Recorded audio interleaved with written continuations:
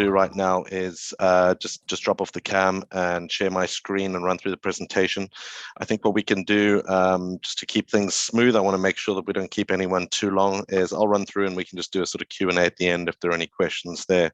But for right now, I'll drop off, share my screen, and then just get going and dive right in. Morning, evening, obviously we've got a diverse range of attendees here today from different time zones, so I appreciate you guys taking the time. And yeah, I just wanted to tackle a project which has been pretty close to my heart over the past few years, and give you guys a little peek in there and hope it might be of interest to you. So just a little bit about myself. Gary did cover this. I've been in the corporate communications realm for over a decade now. I'm born and raised in South Africa, now called Canada home, which is where my wife and kids are from and where we settled. And I'm currently based abroad in Saudi Arabia, working for Saudi Aramco. For those that aren't aware, obviously a large oil and gas company, or moving into the petrochemical side of things, but we're quite a behemoth in terms of the energy sector. I have experience in both internal and external communications. I hear a couple of our Polish colleagues. I used to actually work for a Polish mining company, the North American branch called KGHM Polska Miedź. So have some experience on that side of the world too. I have a specific focus and interest in the resource sector. So my history is in both mining as well as oil and gas. And yeah, that's the snapshot. At the moment, I work in Saudi Aramco's safety department, goes by the name of the Loss Prevention Organization, and I lead a small communications group of about 5 people. And we are responsible for safety education and safety communication across the company.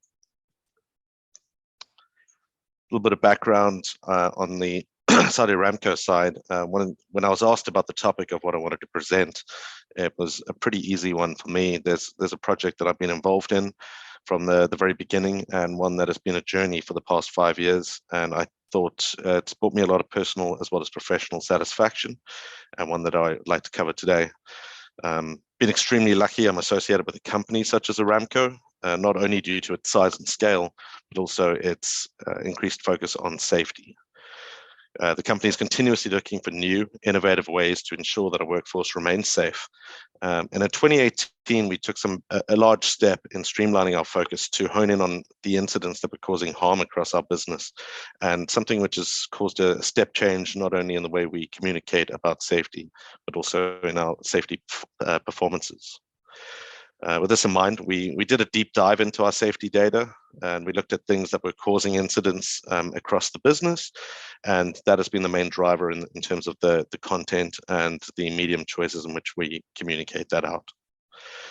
We call these the life-saving rules, and as mentioned before, this has become a key part of how we tackle safety at Aramco ever since.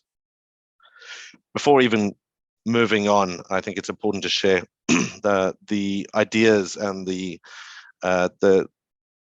blueprint for these rules are nothing new, actually. You know, in high risk sectors, a lot of us suffer the same issues and challenges when it comes to safety.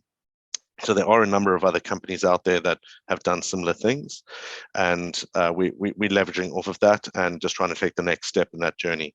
So whether it's the golden rules, life-saving rules, a focus on safety, the safety rules and the way they communicate are called many things. But for today's presentation, I'll go with what I know and what I've been involved in, and specifically look at what we will term the life-saving rules. Benchmarking with our peers was a key part of the process when we launched our rules. And that's one of the great things about where I'm at right now in terms of a career and being involved in the safety side of things, is that we are not working against each other, but rather with each other. There's no competitive advantage to, you know, wanting to send any person home. I think we all have that ethical responsibility, not only at a personal level, but certainly at a corporate. So that has been great, and that other companies are willing to share. I know we have an attendee here today from Shell. I'd be super interested to dive into what Shell's doing too at another stage, on one-on-one, just to learn some more there too. But the main takeaway there being is that we take the best of what we can from each other, and just try and better that in the next step. So moving on, in 2018, we looked at we launched our life-saving rules. This was the original sort of template look and feel and how we did this. So we've taken an approach whereby there used to be a tendency in the industry to put out a lot of safety information. It was quite scattered. We took the safety data and it came down to 8 specific incidents or hazards that were causing the most harm across the business, and decided that we were going to really focus on these 8 specifically. Not to say we dropped all communication on any other areas, but these definitely got the lion's share of attention, both at a management level as well as operational level, and making sure that we really focused on these sorts of rules. I won't run through them all there, but everything from obtaining a valid work permit to following traffic safety rules, obtaining authorization before going into excavation, working at heights. These are all industry-specific hazards and the areas of the business that we felt that communication could play the most effective role in bringing about change. When we launched this campaign, we really wanted to simplify that. And so we did this under a tagline of safety, get the basics right, to drive home the message that these were basic things that were happening at a job site and that were causing either injuries or at worst fatalities or anything of this nature. So we kept the sloganing, the marketing pretty slick and pretty simplistic on that. All of the materials upon the initial launch of this were put out in English and Arabic, and were put out to as wide an audience as possible. Moving on to some of the planning around how we plan to do this, just to give you an insight into sort of Aramco's structure. I'm not a member of the corporate communications department at the corporate level, so I'm within an organization, almost a division level or a departmental level, specifically focused on the safety side. So when it came to things like the planning of something like this to reach as wide an audience as we have, I think our headcount on the employee side is around 80,000, and I think on the contractor side at 200,000 plus. So that is a really large and diverse target audience for a smaller group and a smaller organization within the greater company to really make an impact. So that did take a lot of planning and how we were going to go about doing this. And I think we did a pretty good job. Our workforce is extremely diverse, ranging from office-based workers at desks to tens of thousands of individuals out in the field. And the manner in which we communicate to this demographic couldn't be more diverse. We weren't able to simply roll out communications through digital platforms, as the vast majority of our workforce simply don't have access to that. As mentioned, when rolling out a campaign to a company this size with a workforce as diverse as it is, did require a lot of planning. And a lot of the methods and the mediums in which we did this were quite, quote unquote, old school in how we go about doing this, because as much as the world has moved on in terms of comms, certain target audiences just don't have access to the newer mediums. So we really did plan this at a micro level to get the most basic materials out to the field, to the people that need it the most. That said, we did focus on the digital platforms, and we also went towards print platforms. We rolled this out on a business-wide scale, and we researched and planned as much as possible and focused on some key objectives, many of those being how can we reach as many people as possible, and also how can we ensure that the people not only receive the messaging, but they're able to absorb this critical information and actually put this to good use, i.e. how do we educate these people? It's not a message they need to read once and need to forget. This is something that really needs to resonate and stick with them. We needed to ensure that we allowed ourselves enough time to disseminate the information, and we took full advantage of the channels available to us at Aramco. And we put this out over multiple months, and we did a phased approach. So those are some basic, this is a report that runs through some of the basic breakdowns of how we were distributing certain publications and materials across the business. This excludes the digital side of things and more towards the print element side of things. I'll just run through visually through some of the things that we put out. So the stuff that we find still resonates a lot with people out in the field are these physical materials, things like safety posters, roll-up banners. We have a technical magazine internally focused at engineers called Safety in Focus. We were covering the topic there. We were covering it in physical booklets given out to people, quick cards, safety presentations, when distributed to different areas where people don't necessarily have access to printed material. We were getting that out to be trained at a real grassroots level during safety talks and meetings.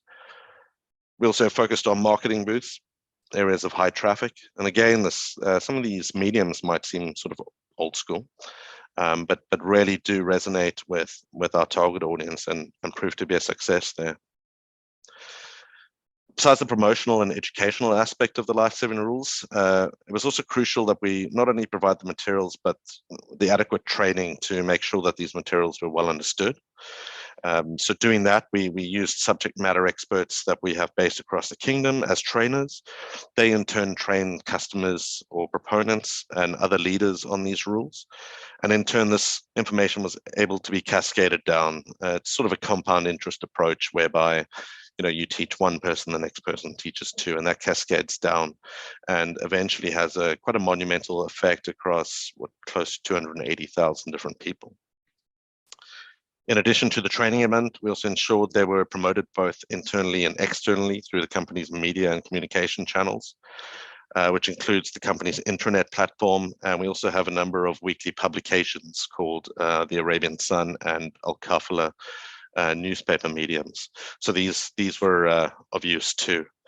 We put out as many marketing materials as possible, everything from t-shirts that contractors can wear on the different sites that might spark some conversations around different rules, and to gift bags, sports bags. We really tried to get it to as many eyeballs as possible and to have as much impact as we could at the time.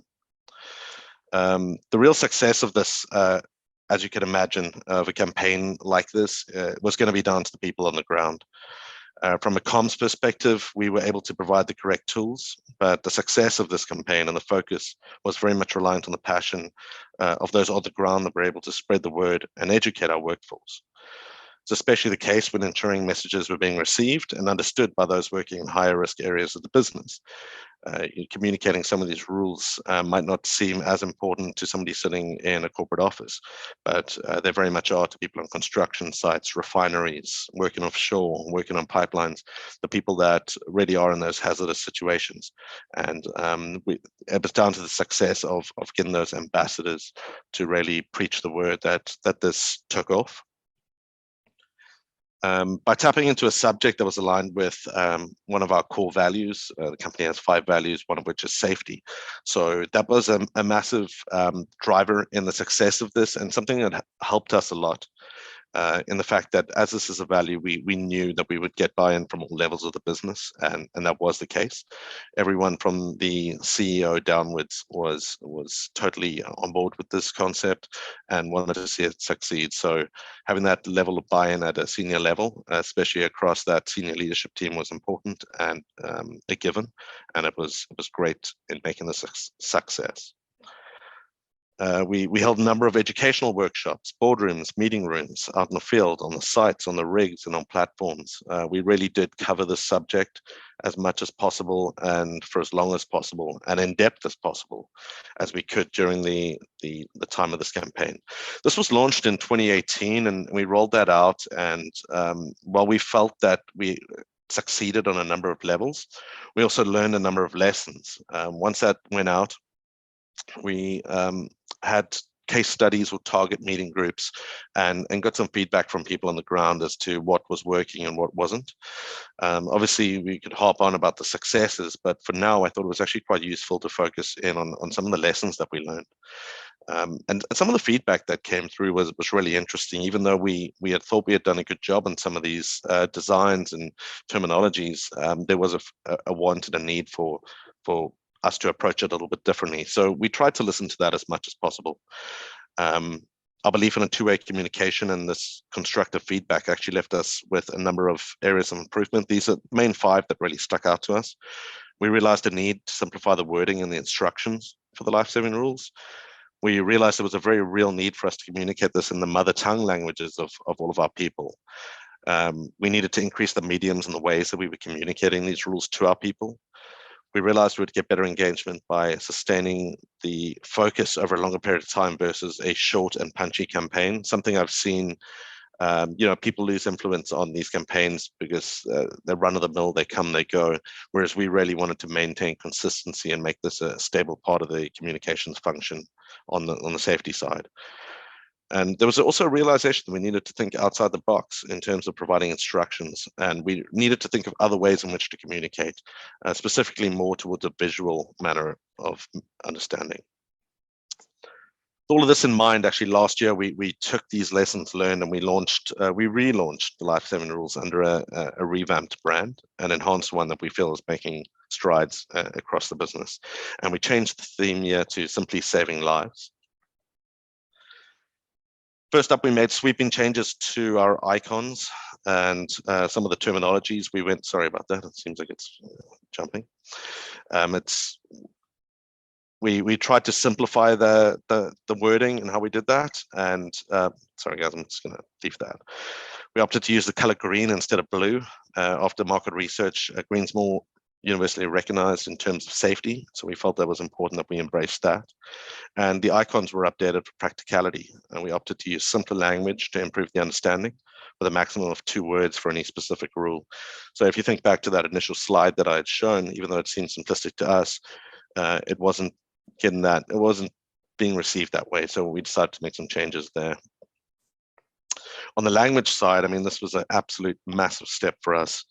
One of the most impactful changes was the introduction of multilingual instructions. While the initial release of our materials in English and Arabic was hitting a large part of the target audience, we realized that we needed to do more in terms of bridging the language divide.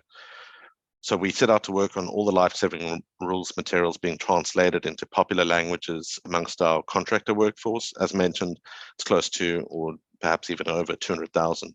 So all of our materials were, besides English and Arabic, were being translated into Tagalog, Mandarin, Urdu, and Hindi. Huge step in bridging that divide. All of a sudden, people weren't struggling to understand these materials. They had it in front of them in their mother tongue. And that was a game changer in terms of the rules not only being embraced, but also understood. We focused a lot on visual booklets. We were putting those out to people, instructional presentations and videos, everything from the safety posters that might be up on the wall of a mechanical workshop or at any sort of gathering area at a remote site. Putting out safety letters. These are still a very impactful way of getting materials out to people. They love it. The target audience receive hard copies of these. We broke this down again as simply as possible to ensure that the audience understood these. Safety in Focus magazine, as mentioned, we have internal magazine at Aramco focuses on the more technical element of safety, more focused at engineers. And we delved into some of the more technical elements there, made sure that we tailored the content for that particular target audience too. In-depth training modules. So we worked with internally in ensuring that all of the educational materials and communications materials were available to people from a training perspective. They were able to go through that in their own time. And of course, we focused on these in the standard channels of promotion, areas of high traffic across the business too. Again, the branding and marketing side of this was a monumental effort to a company the size and scale of Aramco. So we were extremely proud of our attempts there. As mentioned earlier, we also have a weekly publication that goes out in English and Arabic through the company's print channels. And we have a outward-facing news website called Aramco Life that is also internal-facing. So we made sure that whatever we were putting out and focusing on, we were also putting it through those media channels too, and just promoting awareness too. I spoke to the language side of things earlier on, but I really do need to also focus on the power of visual and animation in driving home these messages. While we made major inroads in improving understanding, we felt that this could even be improved upon. So we started to focus on the visual. We did this on creating visual guides to each of the rules. something a worker could pick up, look at, and immediately understand just by looking at a particular rule, and what actions should be avoided or what needs to be complied with. We released these visual booklets, animated presentations highlighting certain safety actions and rules. These turn out to be massively useful in bridging those language divides, but also educational. Sometimes we thought that massive step was taken in terms of language, but there was also room for improvement on the educational side, making sure perhaps even if a person was sitting there and was afraid to say you weren't able to read, they'd be able to view these visual communications tools and get a better idea there too. So we were able to expand even further on that. This is an example.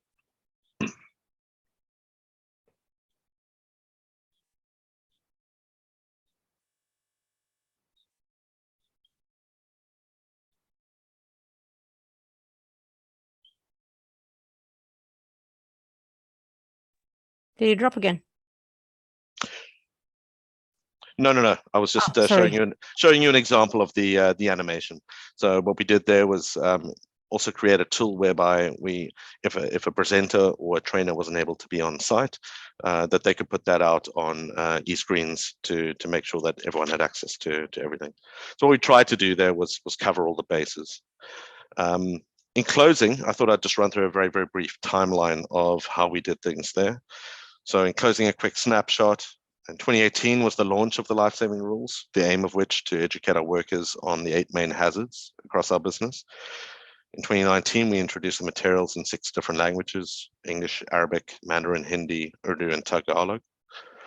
2021, we took the move towards those visual materials depicting the rules.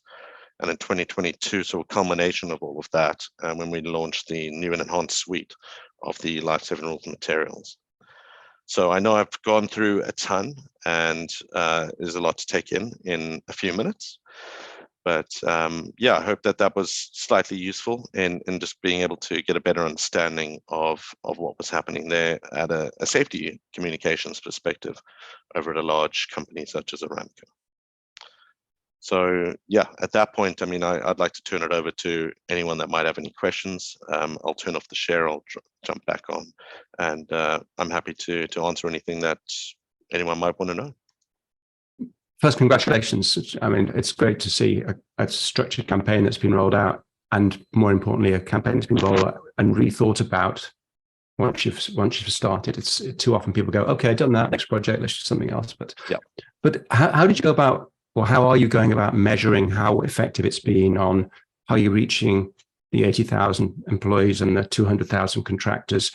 I know, and I will raise my hand and say we have the bad habit of finding 10 people with posters and putting them in our PowerPoint to say we're doing well. But what about the other 279,990? Yeah, it's a great question, and something that's a challenge, especially on the KPI side of things, and again, those analytics. I would say that the most comprehensive way that we know that is taking an effect is actually through our safety performance, our statistics. Those are available in our sustainability report. But what we've seen is our safety statistics are some of the best in the world. In fact, I think at last viewing was sort of industry leading.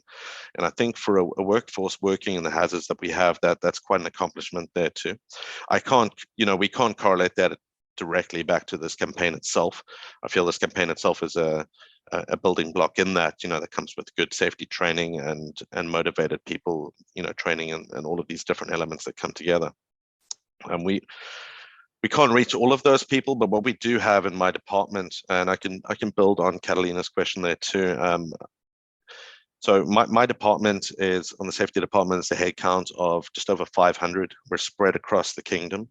So what we do is we get the ambassadors within our department to go out to the field and to their different proponents and to get the feedback there. So we'll get feedback from different groups in different areas there too, and try and build a trend out of that. It's extremely difficult to be able to get the feedback of each individual. So I suppose those sort of catchment groups will form a basis as to how effective that's being. So a little bit perhaps a basic way of that data gathering. But that's unfortunately, those are the challenges that we have there too. But I would say that safety performance side of things from when we introduced this to now has been significant. So we like to think that's an element of it too. We like that two-way constructive feedback. As mentioned, when we thought we had done a great job and we were patting ourselves on the back for this great launch, only to then be told, actually, you guys did a good job, but this really is the first step. We're 5 years into this, and I still feel like we're at the first step there too. But yeah, it is difficult to gauge, and we have no scientifically perfect method of doing that. I wish I would, work in some companies where that would be a lot easier to gauge, especially people that all have access to digital.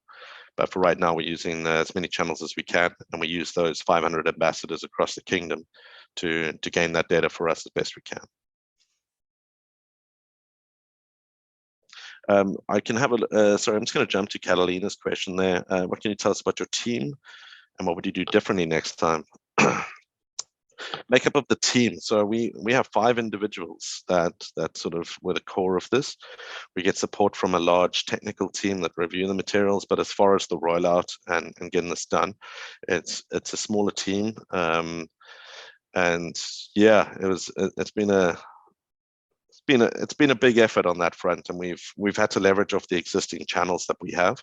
We're lucky in that Aramco really does have a number of different communications channels that we can feed into there. But as far as this being a little bit differently in that it's beyond just an awareness campaign, it's an educational campaign too. So it's working with training and development, working with our corporate communications functions, both internal and external, the different mediums and how we do that. So the smaller team, and again, I referenced earlier on to that sort of compound interest effect, is we've leaned on the channels and the mediums available to us, and we've tried our best to do that. Where we felt there were gaps, we've had to make a plan and do it ourselves. A big shout out to, we have 3 designers within our group that design those animations and the e-screen materials, and a lot of that was not done at a corporate level. That's actually done within our smaller group. So we were given the leeway to focus on that and make sure that gets out. We have some quality people, and that was, you saw a snapshot of just some of the materials that we put out there. Happy to share those materials too. They're strong and they're very useful. Doing differently next time, I think this multilingual approach, it's turned out to be extremely complex in making sure that we get this out to these different languages. There's a lot of compliance issues around safety terminologies. Putting these materials through in a place like Saudi Aramco, it needs to be government verified translation services. That cuts down the pool significantly. We put that through a translation team. We then have to verify that through mother tongue speakers on the technical side, making sure that we have people that are reviewing that, technicians in Urdu and Hindi. Nothing gets past that, nothing goes out safety-wise unless it's 100% correct. So yeah, doing it differently next time is I would like to see this multilingual approach take effect to all safety materials. Practically, it's a challenge, but I see that as really moving the needle in terms of safety performance across the industry as a whole. That's really interesting, actually, to hear you say that, because I'm from the industry, the multilingual translation industry. So we know how challenging that is, and the compliance in each locality. It increases the time scale so much on projects, and you can't verify everything yourself, obviously, so you need to have hundreds of people on the project, really. Yeah, there's definitely a lag. So anything that is essential that needs to get out quickly, I think we would, that would first go out in the English and Arabic stuff. We could get verified immediately. But something like this, where we are given the leeway to make sure that we do it properly, has been massively helpful. I don't know if anyone happened to listen to the podcast. I recently was involved in IABC. It was released last week. Interesting example with you being based in France, but I used to work in, like I mentioned, I live in Canada. Communicating to somebody in Quebec is not the same as communicating to somebody in Paris, and I think that that Quebecois will back me on that. It's those little nuances in local terminology and language make all the difference. The way that people communicate on a work site, watching people speaking Urdu, Hindi, these sorts of things, the way they talk to each other, little slang nuances, whatever's going to work and whatever's going to get the point across and make people safer. We've got to go the extra mile for that. So as mentioned, we were lucky enough that we're building on a safety campaign here. It's going to make, it's going to assist in making sure that everyone goes home safely every day. There's no need to sell that to our management. They've bought into that. Our culture's bought into that. Our culture's built on that for the past 90 years. So that was helpful there too. But I would love to see that going across everything. But as mentioned, the practicalities of it are a challenge. So we really do need to perhaps reserve that for the most important, which in our case are these 8 specific rules. Yeah, fantastic. I just echo that. I did a big project with FedEx and rolling out the new global culture. And there we did it. That was the second time I did it with Express First. So there we did it through 17 languages. And eventually you managed to work out an additional workflow where we would do 6 Europeans, and then we would send the Spanish version to Latin America for them to make the Latin America Spanish version, same the French version to Quebec, and there were little cycles of things. And the challenge there is, as you said, finding a network of people across the organization who are familiar with not just the technical terms, but the in-house terminology, to make sure that that's really what people say, how they what they call that particular thing, what they call it when they're up on, I don't know, working on some pipework somewhere. Maybe they talk about it differently from one country to another, even though they're nominally speaking the same language. So it's a huge comms challenge, and chapeau for doing, as I say in French, chapeau for doing that. Yeah, it's been really interesting to how we do that, and like I said, there's strict compliance in terms of making sure that our information is accurate, but when it comes down to the safety of the people, there really is room for interpretation. If we know, for example, somebody is going to sit down and have an Urdu audience and he's got 20 people there and he can say it in a better way than what we're providing, that he is empowered to do that as long as it's technically correct, and making sure that those people can understand that and embrace that, and that would make a difference. Communicate it however you need to, but just make sure it's accurate and the understanding is there. So when it comes to safety comms, it really is a different beast. It's not just a flyby marketing campaign. This is something that needs to stick, and it needs to stick with the company for a long term, which is why I said we're 5 years in. I feel like we're learning new stuff all the time, and I think that the Live 7 rules are here to stay. So I hope we're playing a part in that sort of safety element of the journey. Yeah, I'm going to just, I can see a question's popped up from Lamar. The question is, how do you build consistency across your comms channels when your employees are decentralized? So yeah, that's a continuous challenge. It's a good question. We're pretty lucky in that we talk about the decentralized part. That can be a pro sometimes. Decentralized from a corporate comms function in a smaller team means we can really control that messaging, and perhaps fewer cooks at the broth is a good thing in our sense. We stick to within the main branding guidelines and communications guidelines that the company has. In fact, it would never see the light of day if we didn't. So we're given a framework to work within there, but we're also given the freedom to make sure that our messaging is working to the target audience there too. So that consistency is controlled by our organization, our leadership, and our smaller comms team, despite the decentralization part of it. Pretty vague answer, but that's about as effective one as I can give. Thank you. Indeed, Colin, gravity is the same everywhere. And I think, as mentioned in that slide there too, the nice thing about the safety side of things, there's no competitive advantage here. If anyone's doing it any better, we would love to know, because we'll be trying to emulate whatever you're doing too. And the same goes with us. Happy to share materials and happy to share any sort of lessons learned, things that works, things that didn't. Adam, I had one more question. So how do you keep all the employees up to date on what regularity? How quickly are you updating your safety regulations? Yeah, constantly. It's a constant evolution, and that's the day-to-day of what we do. This particular campaign, just to put it in context of a team of 5, was not a full-time focus for us. For at the same time, we're making sure that safety regulations are being updated and communicated out to people. We have a number of different safety materials, educational materials, in addition to this particular campaign.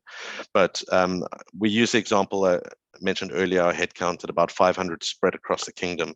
We make sure that everything is cascaded out to our ambassadors at the different areas, and that goes out to the different proponents and customers and contractors working further out.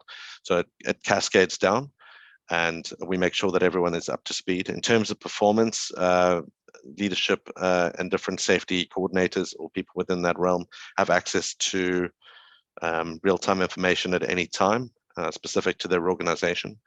If ever there's a safety incident, it's the lessons learned from that are communicated out in different ways in the company, safety bulletins, safety alerts, to make sure that those lessons learned across the company there too.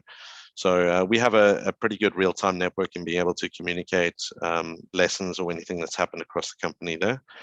And then we build on that for the campaigns, and we use those lessons learned for those materials at more of a campaign focus there. I hope that answers the question. Yeah, thank you. Adam, I'm curious. You were in journalism and media before you came into corporate comms or came out to Aramco. How was so there's a number of transitions I imagine that happened. One is stepping into a large oil and gas company and then trying to learn, the acumen that comes along with that. And then there's also becoming an expat you've been an expat before, but being in Saudi Arabia, as opposed to, your home country. And then also the transition of learning all this safety knowledge and information. And so those three big transitions in once. I'm curious, as a communicator, how did you professionally manage that? I loved it. So just to give some context, I worked at a large gold mining company called Goldcorp, since been bought out by the world's second largest gold miner called Newmont, out in Denver. So I was based in Vancouver, Canada, and loved it. I was exposed to a lot of the safety stuff. In my previous role, I was more of a generalist, also a small team with a large employee base. I think we were about 70, 80,000 there, dealing in similar issues. On the safety side, I've always been interested in the sustainability side, and with that comes safety. So I was aware of a lot of the issues that are involved in the industrial safety side. Made the move over. I'm, as mentioned, lucky enough, I've worked in a few different continents and different environments, so I didn't find that too much of a challenge. What I did find a challenge was the assumptions that I came with. Moving from a company like Goldcorp, whereby we were communicating to even our miners that were underground, had access to mobile alerts, mobile phones, all online communication there too. So quite a digitally advanced workforce, to then stepping back to almost my roots in the print and media side of things, going back to these mediums whereby I think the rest of the world assumes that print is out. But that's not the case for a lot of these folks, and it's still an effective medium there too. It might not be for certain messaging, but for things like this, it's in fact, in my opinion, a lot more impactful to the people that are being hurt to get those. So I thought that was a massive learning curve for me, and just the realization that we, no matter what we do and no matter how much we advance, there's such a wide range of the way people absorb this information. I almost feel like we've done, we've covered in the last rebrand launch. I'm like, okay, it can't possibly go any further than this, but it can. And we're finding new ways of resonating with people there too. So it's been it's just been good to sort of put me in my place and thinking that we might have mastered something whereby that's not the case. So.